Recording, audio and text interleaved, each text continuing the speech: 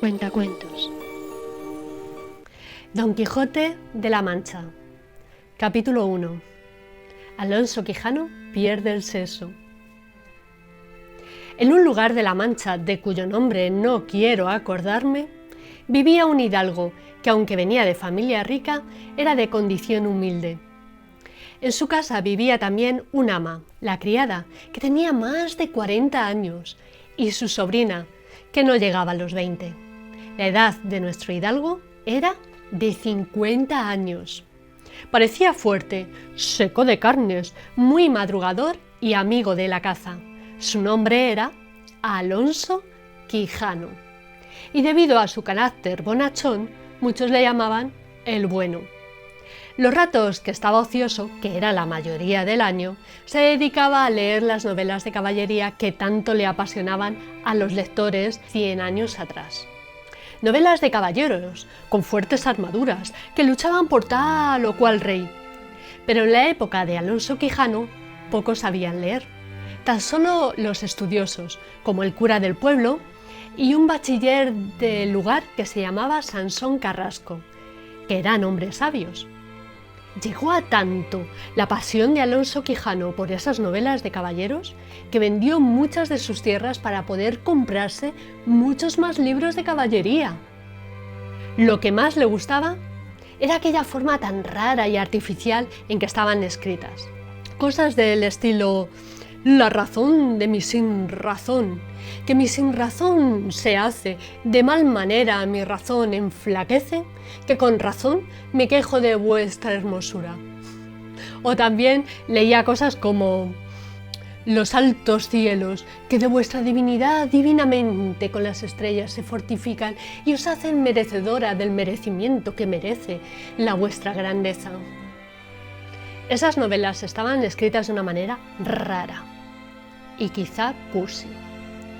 De esta manera, Alonso Quijano se enfrascó tanto en aquellas lecturas, se metió tanto en las historias de los libros, que no podía dejar de leer y terminó durmiendo poco. Y de tanto leer y leer, se le secó el cerebro y perdió el juicio. Se volvió loco. Se le llenó la cabeza de fantasía, de todo lo que leía en los libros de encantamientos, peleas, desafíos, heridas, amores, tormentos, disparates imposibles. Así, rematado ya su juicio, loco de remate, fue a caer en el más extraño pensamiento que jamás tuvo loco en el mundo.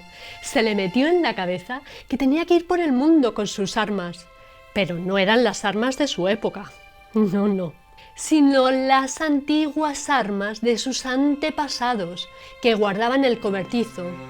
Y también se le metió en la cabeza que tenía que ir montado en su caballo a buscar las aventuras para obtener fama eterna. Limpió las armas antiguas de sus antepasados, que tenían kilos de polvo, y ensilló a su caballo un rocín flaco. Tardó 4 días en encontrar un nombre adecuado a su caballo flaco, un nombre que para él estuviera a la altura de otros nombres de caballos famosos, como Bucéfalo, el caballo de Alejandro Magno, o el nombre de Babieca, el caballo del Cid. Y después de pensar en muchos nombres, formó, borró, quitó, añadió, deshizo y volvió a hacer, para al final llamarlo Rocinante. Pues antes de ser un caballo destinado a las glorias de la andante caballería, había sido un vulgar rocín, es decir, un caballo sin ninguna elegancia ni gracia, muy vasto. También pensó en un nombre para él, un nombre propio de caballero, que resultara sonoro y significativo, así que deformó un poco su apellido Quijano y, pensando en su lugar de nacimiento, en La Mancha, decidió llamarse Don Quijote de la Mancha, igual que se llamaban otros héroes de sus lecturas, por ejemplo, Belianís de Grecia, Florismarte de Hircania o Amadís de Gaula, que era su favorito. Por último, comprendió que ya solo le quedaba buscar una dama de quien enamorarse, porque había leído en las novelas de caballería que el caballero andante sin amores era como un árbol sin frutos ni hojas. Si yo me encuentro, pensó Don Quijote, si yo me encuentro por ahí con algún gigante, como suele pasarle a los caballeros andantes, y lo derribo o lo parto por la mitad, ¿no conviene que envíe al gigante derrotado a mi señora para que se hinque de rodillas ante ella y le diga: yo, señora, soy el gigante Caraculiambro, señor de la ínsula de Malindrania, a quien venció en singular batalla el nunca bastante alabado Don Quijote de la Mancha, el cual me mandó que me presentase ante vuestra merced, etcétera, etcétera, etcétera, etcétera. Qué contento se ponía Don Quijote, qué contento se ponía nuestro hidalgo con estas palabras. Sucedía en realidad que en una casa cerca de la suya había una labradora de muy buen aspecto, de la que tiempo atrás había estado enamorado, aunque ella jamás lo supo. Se llamaba Aldonza Lorenzo, y a él le pareció bien darle el título de señora de sus pensamientos, y le buscó un hombre que no se apartase mucho del suyo. La llamó Dulcinea del Toboso, porque era natural del Toboso.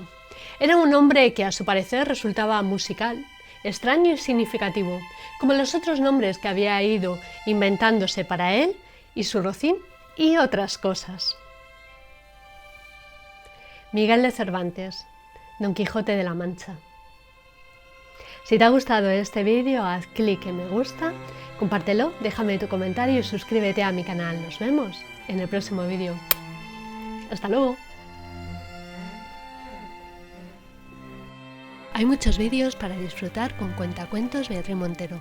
Cuentos infantiles, cuentos para adultos, cuentos en inglés, recursos educativos, poemas, romances, trabalenguas y mucho más. No te lo pierdas.